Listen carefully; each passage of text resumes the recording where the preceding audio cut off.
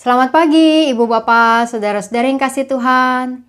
Kita bertemu dalam persekutuan doa pagi GKI Gading Indah di saat ini. Semoga kami menjumpai Ibu Bapak, Saudara-saudari dalam keadaan baik dan siap untuk menjalankan hari yang Tuhan berikan kembali. Mari kita memulai persekutuan kita dengan menaikkan lagu pujian kita dari Kidung Jemaat 393, Tuhan betapa banyaknya.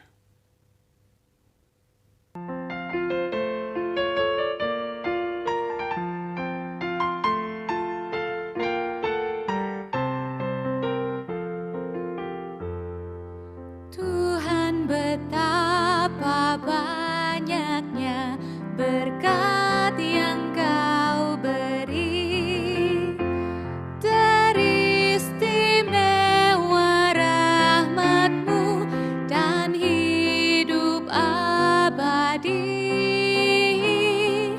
Terima kasih ya Tuhanku atas keselamatanku, padaku telah Kau beri hidup bahagia abadi.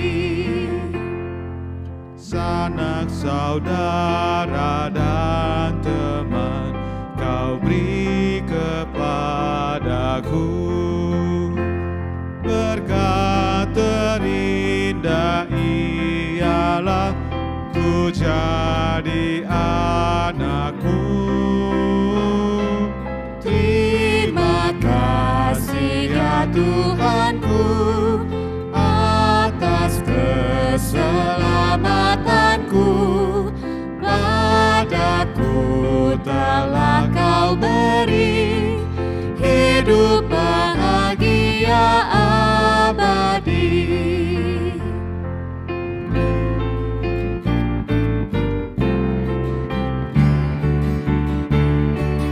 Setiap hari rahmat-Mu tiada putusnya, hendak ku puji nama-Mu tetap selamanya. Terima kasih ya Tuhanku atas keselamatanku, padaku telah Kau beri hidup bahagia abadi.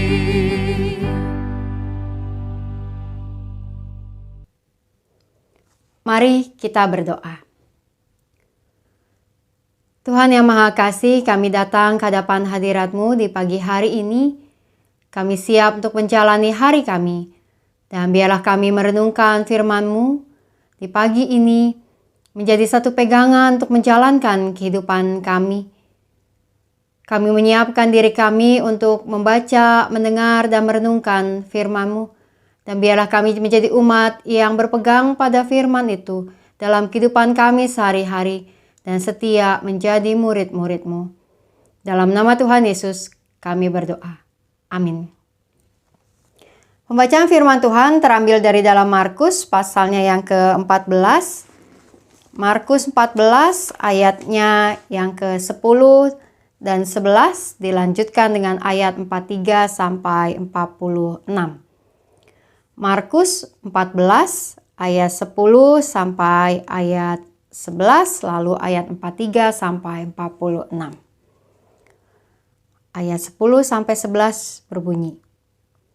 Lalu pergilah Yudas Iskariot, salah seorang dari ke-12 murid itu, kepada imam-imam kepala dengan maksud untuk menyerahkan Yesus kepada mereka. Mereka gembira waktu mendengarnya dan berjanji akan memberikan uang kepadanya. Lalu ia mencari kesempatan yang baik untuk menyerahkan Yesus. Ayat 43 sampai 46. Waktu Yesus masih berbicara, muncullah Yudas, salah seorang dari ke-12 murid itu, dan bersama-sama dia serombongan orang yang membawa pedang dan pentung, suruhan imam-imam kepala, ahli-ahli Taurat dan tua-tua. Orang yang menyerahkan dia telah memberitahukan suatu tanda kepada mereka. Orang yang akan kucium, itulah dia. Tangkaplah dia dan bawalah dia dengan pengawalan ketat. Ketika sampai, segera ia mendekati Yesus dan berkata, "Rabi," lalu mencium dia. Lalu mereka memegang Yesus dan menangkapnya. Demikianlah pembacaan firman Tuhan yang akan kita renungkan di pagi hari ini. Ibu bapak saudara-saudari yang dikasihi Tuhan, di dalam Injil yang dituliskan oleh Markus, nama Yudas disebutkan sebanyak 3 kali. Yang pertama di awal Injil menurut Markus, yaitu di dalam Markus pasalnya yang ketiga, ayatnya yang ke-19. Dalam Markus 3 ini terdapat daftar nama ke-12 rasul. Bahwa ada 12 orang yang ditetapkan oleh Yesus Kristus untuk menjadi rasul, menjadi murid-murid terdekatnya. Dan di dalam ayat 19 dikatakan nama Yudas Iskariot yang mengkhianati dia. Maka sejak awal dari Injilnya, Markus telah memberikan gambaran tentang seorang murid yang berkhianat. Namun tetap Yesus merekrutnya menjadi seorang murid, mengajarnya menjadi orang yang baik, mengajarnya untuk setia dan melakukan firman Tuhan. Sekalipun pada akhirnya Yudas tetap memilih untuk berkhianat. Lalu 2 ayat lainnya yang mencantumkan nama Yudas Iskariot adalah di dalam bacaan kita di pagi hari ini dari Markus 14 dalam ayat 10 dan ayat 43. Di dalam ayat yang ke-10 dijelaskan tentang apa yang dilakukan oleh Yudas, bahwa ia pergi dengan inisiatifnya sendiri, bahwa Yudas pergi kepada imam-imam kepala dengan maksud untuk menyerahkan Yesus kepada mereka. Ibu bapak saudara-saudari, jika ibu bapak saudara-saudari membuka Alkitab di rumah atau dimanapun ibu bapak saudara-saudari sekarang berada, mari lihat ayat-ayat yang ada di atas dari Markus 14 ayat 10 ini. Ayatnya tentang apa? Ibu bapak saudara-saudari, judul perikopnya apa yang bisa kita baca di situ? Judul perikopnya adalah Yesus diurapi. Yang menceritakan tentang di rumah Simon ada seorang perempuan yang datang untuk mengurapi Yesus dengan minyak narwastu yang mahal.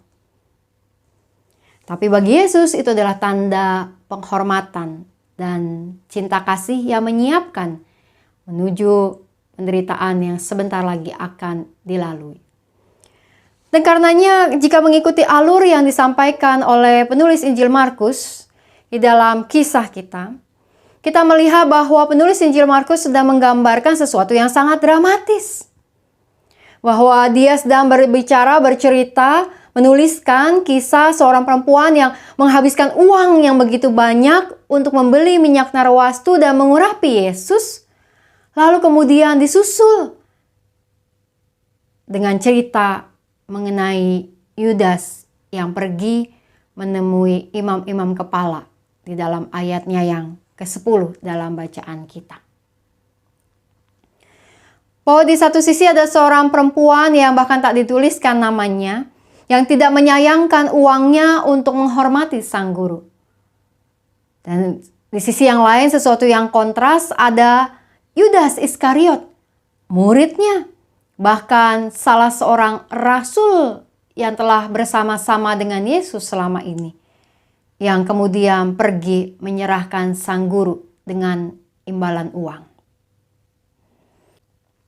Lalu yang ketiga, nama Yudas Iskariot dituliskan di dalam Markus 14 ayat 43 yang juga jadi bacaan kita di pagi ini. Peristiwa itu adalah peristiwa di Taman Getsemani setelah Tuhan Yesus berdoa dan bergumul di Taman Getsemani. Lalu kemudian di akhir pergumulannya, di akhir doanya, dalam ayat 42 dikatakan bahwa Yesus berkata, "Bangunlah, marilah kita pergi. Dia yang menyerahkan aku sudah dekat." Maka dalam Injil Markus digambarkan bahwa Yesus tahu akan ada orang yang menyerahkan dia.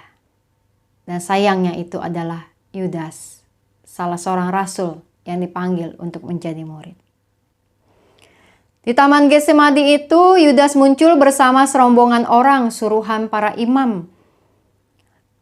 Dan apa yang dilakukan oleh Yudas? Yudas kemudian mencium Yesus.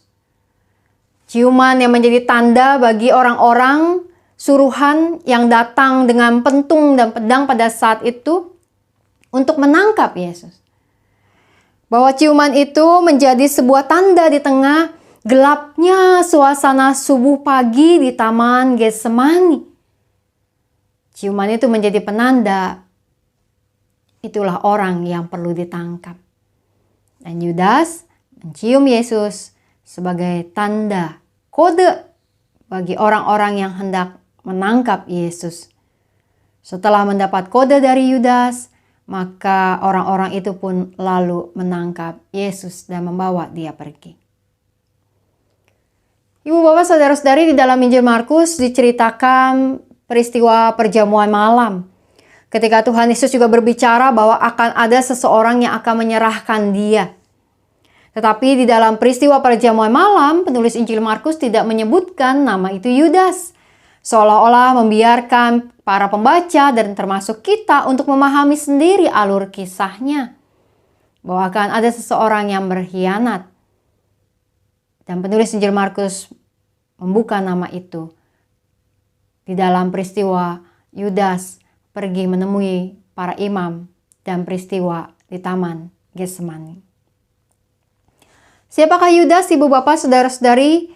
Yang pasti dia bukanlah orang yang menuliskan surat Yudas yang ada dalam Perjanjian Baru sekalipun namanya sama. Namun Yudas yang berbeda. Dan siapakah lalu Yudas Iskariot ini? Ada yang menafsirkan bahwa dia adalah seorang militan Yahudi. Seorang yang berasal dari kaum yang disebut Zelot yang memang pada saat itu memiliki sebuah niatan untuk memberontak kepada Romawi dan di dalam perjalanan sejarahnya sudah beberapa kali untuk melakukan upaya pemberontakan tetapi tak berhasil. Bahwa sebenarnya Yudas dalam tafsiran itu adalah seorang yang justru hendak memicu Yesus menunjukkan kekuatan dan kuasanya melawan Romawi yang pada saat itu berkuasa atas wilayah Yudea. Lalu jika kita mengamati dalam Injil Yohanes menggambarkan bahwa Yudas adalah seorang pencuri yang membiarkan bisikan iblis menguasainya. Di dalam Injil Markus, penulis Injil Markus tidak menggambarkan banyak tentang siapa Yudas Iskariot. Selain gambaran di awal kalimat tentang Yudas yang berkhianat dan kisah-kisah pengkhianatan itu sendiri. Penulis Markus tidak menggambarkan banyak tentang siapa dan apa motivasi Yudas menyerahkan Yesus. Bahkan uang yang dia terima pun dalam gambaran Injil Markus adalah sebuah janji dari para imam dan bukan ia sendiri yang mengharapkannya. Tapi yang memang kemudian Markus gambarkan adalah peristiwa Yudas mencium Yesus seperti juga Injil Matius dan Injil Lukas menceritakan adegan itu. Sebuah ciuman pengkhianatan yang dilakukan kepada sang rabi, guru yang selama 3 tahun telah ia ikuti, telah ia dengarkan ajaran-ajarannya. Sekalipun perbuatan Yudas itu memang membawa Yesus pada sebuah penggenapan peristiwa salib dan keselamatan terjadi, namun seperti Injil Matius menuliskan, dalam pasal 26 dikatakan celakalah orang yang melakukannya. Kesengsaraan Yesus memang adalah sesuatu yang akan terjadi. Peristiwa salib itu bukan hendak dihindari oleh Yesus. Namun bukan berarti Yudas harus ambil bagian di dalam kisah itu, menjadi seorang pengkhianat. Ibu bapak saudara-saudari, bagi kita Yudas adalah seorang murid yang keterlaluan, tidak setia. Seorang murid yang mungkin juga membuat kita merasa kecewa membaca kisahnya sekalipun. Dan barangkali ada orang-orang Kristen yang berpikir bahwa dirinya tidak akan menjadi seperti Yudas yang berkhianat. Walaupun dalam kenyataannya disayangkan ada orang-orang Kristen yang kemudian berkhianat, meninggalkan Tuhan Yesus, bahkan menjelek-jelekan kekristenan, menjelek-jelekan Alkitab, menjelek-jelekan kisah tentang Tuhan Yesus. Dan ibu bapak saudara-saudari, hal itu tentu disayangkan terjadi. Ada Yudas yang berkhianat. Dan dalam sepanjang perjalanan sejarah gereja, bahkan dalam kehidupan kita juga mungkin sehari-hari kita melihat ada orang-orang yang meninggalkan Tuhan Yesus. Orang-orang yang berkhianat. Dan di pagi hari ini saya mengajak kita untuk menghayati ibu bapak saudara-saudari panggilan untuk menjadi murid. Dan sebuah tantangan untuk menjadi setia. Bahwa ketika kita menjalankan kehidupan kita sebagai murid Tuhan Yesus, maka marilah kita menjadi murid yang setia kepada Sang Rabi, Guru, dan bahkan Tuhan kita, Yesus Kristus. Bahwa ketika kita dekat dengannya, kedekatan itu adalah kedekatan untuk belajar sungguh-sungguh tentang kehidupan kita, tentang apa yang harus kita lakukan, tentang bagaimana membuat iman kita bertumbuh, dan kita bisa menjadi kesaksian di dalam kehidupan kita sehari-hari. Saat kita dekat dengan Tuhan itu adalah kedekatan karena kita rindu untuk mendengar suaranya, untuk mengerti rencananya, dan bahkan menjadi tanda kesiapan kita melakukan rencana Tuhan di dalam perjalanan hidup kita. Dan bukan untuk kemudian menjadi orang yang berkhianat. Di dalam kehidupan yang kita jalani, ibu bapak saudara-saudari, dengan berbagai tantangan yang datang silih berganti kepada kita, mari kita bertekad juga di hari ini menjadi orang yang setia pada Tuhan. Kita mungkin pernah juga gagal, pernah tidak setia, pernah meninggalkan Tuhan. Tapi pagi hari ini kita diingatkan melalui pembacaan kisah tentang Yudas. Tak harus kita menjadi Yudas. Yang harus adalah kita menjadi murid yang setia mengikut Yesus, belajar darinya, bersaksi baginya, memuliakan Dia sampai akhir kehidupan kita. Mari kita menutup renungan kita dengan menyanyikan lagu dari Kidung Jemaat 367, Padamu Tuhan dan Allahku. Dan ketika menyanyikannya, mari meresapi setiap kata demi kata, dan biarlah kita menjadi umat yang setia kepada Tuhan.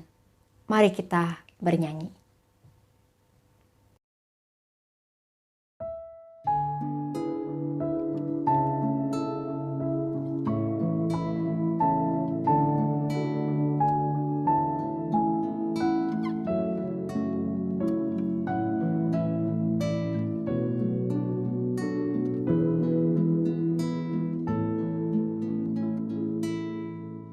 Padamu Tuhan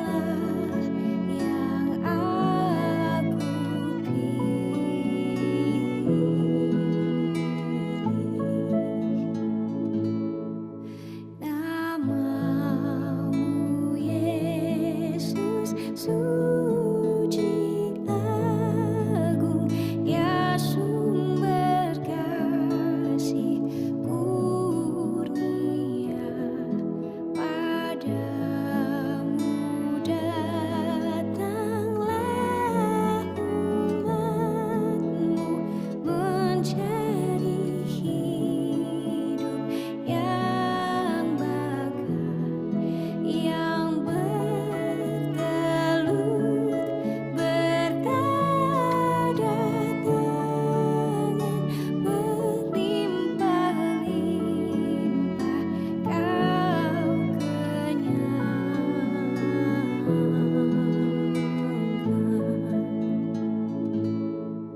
Ya Yesus, nama-Mu kiranya dalam hatiku tertera, supaya kasih selamanya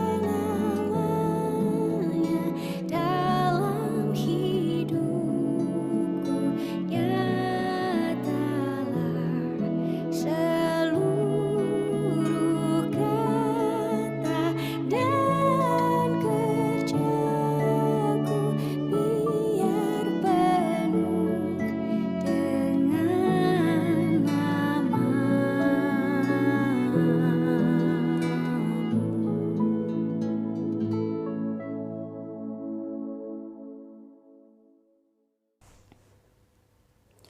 Mari kita naikkan doa-doa syafaat kita berdoa. Tuhan yang Maha Kasih, kami datang ke hadapan hadirat-Mu pada saat ini. Biarlah kami menjadi umat yang kembali diingatkan, menjadi setia kepadamu, juga di hari ini. Kami berdoa ya Tuhan untuk umat-Mu yang mengalami berbagai pergumulan dalam hidup mereka sehingga mereka meninggalkan Engkau. Mereka melupakan Tuhan. Tuhan, teruslah mengasihi mereka. Teruslah menjaga mereka. Dan bahkan pakai kami untuk membuat mereka mengingat dan percaya bahwa Engkau ada. Jadikan hidup kami kesaksian ya Tuhan. Kami berdoa ya Tuhan untuk gereja-gereja-Mu yang ada dalam dunia ini. Biarlah gereja-Mu terus juga menjadi gereja yang setia, bersatu, saling menguatkan, bersekutu untuk bertumbuh bersama dalam iman. Kami berdoa juga untuk GKI Gading Indah di dalam pelayanan-pelayanan yang dilakukan. Untuk berbagai program-program yang ada, di dalam pembuatan program baru, di dalam juga proses menuju peneguhan penatua, serta juga pelantikan badan pelayanan jemaat, juga di dalam berbagai persiapan menjelang Paskah yang kami lakukan maupun juga gereja-gereja di seluruh dunia ini lakukan.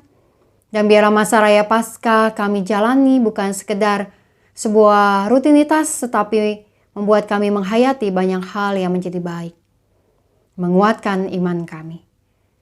Kami berdoa ya Tuhan, juga untuk kehidupan kami sebagai bangsa dan negara. Sertailah Indonesia dalam berbagai proses yang kami jalani, juga di dalam proses pengecekan, penghitungan, hasil pemilu yang lalu, serta berbagai upaya untuk membangun negeri ini ke depan. Berkatilah pemimpin negeri ini dari pusat sampai daerah-daerah. Dan juga ya Tuhan, biarlah Engkau yang beserta di dalam setiap upaya-upaya yang kami lakukan untuk membangun negeri ini bersama-sama.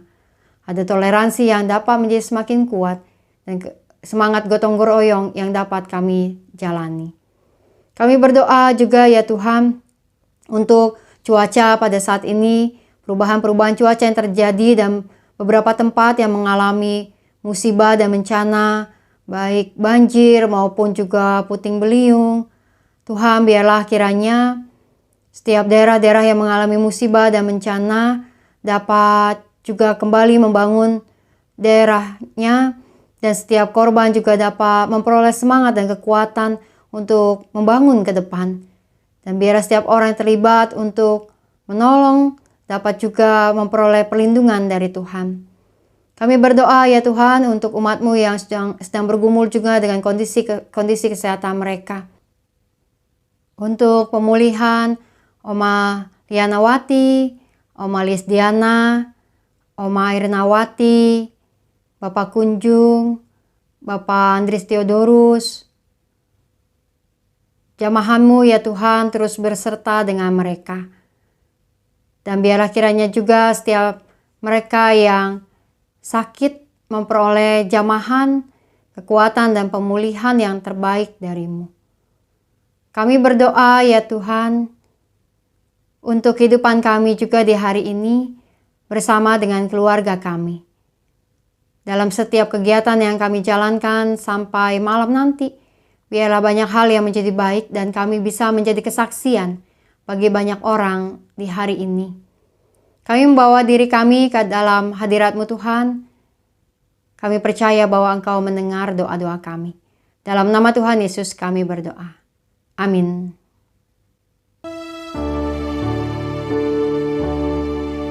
Bapa, terima kasih. Bapa, terima kasih. Bapa di dalam surga, puji terima kasih.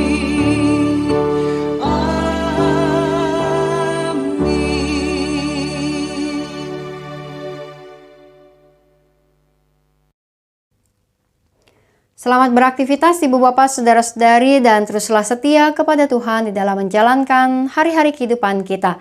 Salam 3S, sehat, semangat, dan sukacita. Tuhan memberkati.